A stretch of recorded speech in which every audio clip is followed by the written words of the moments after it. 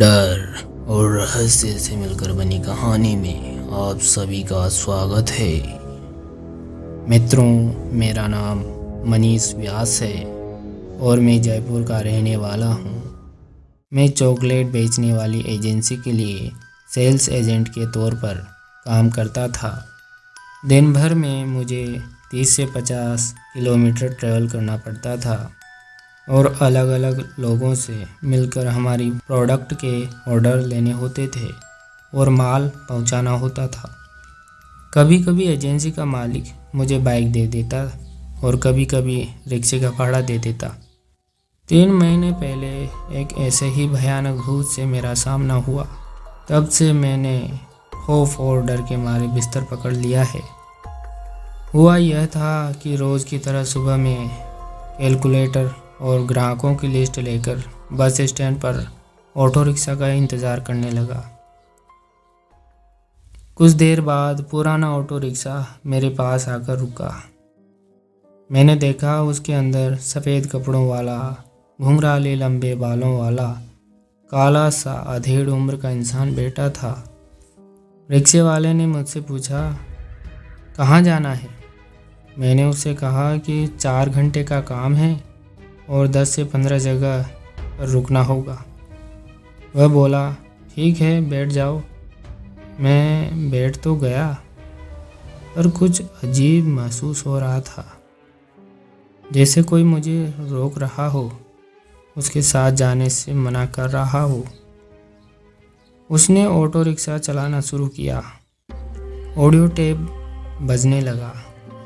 उस टेप में कुछ मंत्र वाले श्लोक बज रहे थे और रास्ते में आने वाले मंदिरों से वह आदमी ऑटो को दूर से निकालने लगा। मंदिर देखकर उसे गुस्सा आता और चिल्लाने लगता, जैसे कि उसे कुछ तकलीफ हो रही हो। यह सब देखकर मुझे पक्का यकीन हो गया कि यह ऑटो वाला आदमी कुछ गड़बड़ है। या तो ये पागल है या फिर इसके अंदर भूत प्रेत का वास है। मैंने फ़ौरन उसे ऑटो रिक्शा रोकने को कहा, क्योंकि अब मुझे उससे डर लगने लग गया था। उसने मुझसे कहा कि भैया, ब्रेक काम नहीं कर रहे हैं, चुपचाप बैठे रहो। मैं चालू रिक्शे में चिल्लाने लगा।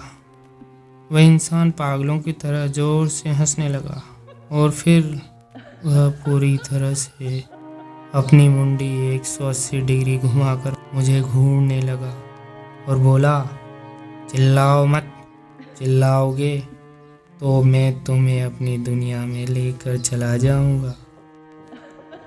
यह सुनकर मैं सुन पड़ गया।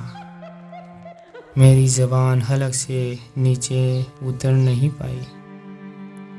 अब मैं उस रहस्यमय व्यक्ति के हवाले था।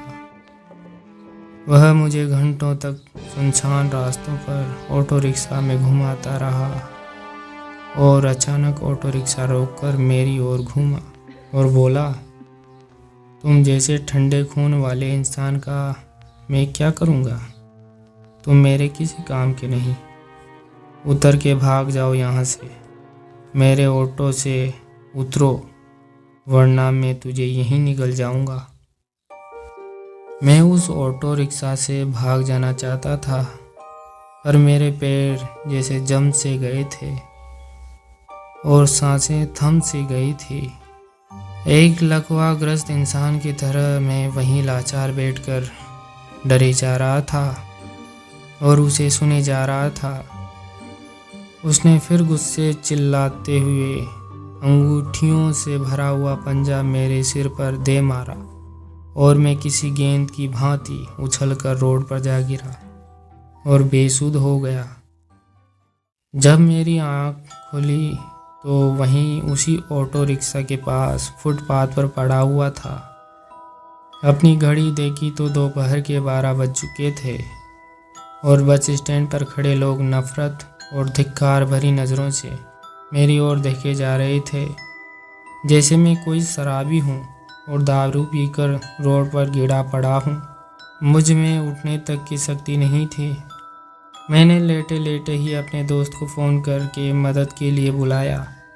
और वह मुझे वहाँ से उठाकर मेरे घर तक ले गया। दोस्तों, आज भी मैं डर के साए में हूँ और एक ही डर सताता रहता है कि कहीं फिर से उस ऑटो रिक्शा वाले से मेरी मुलाकात ना हो जाए। अगर हुई तो मैं उस समय क्या कर जाऊँगा मुझे भी पता नहीं रहेगा। तो दोस्तों, आपको ये डर और रहस्य से मिलकर बनी कहानी कैसी लगी?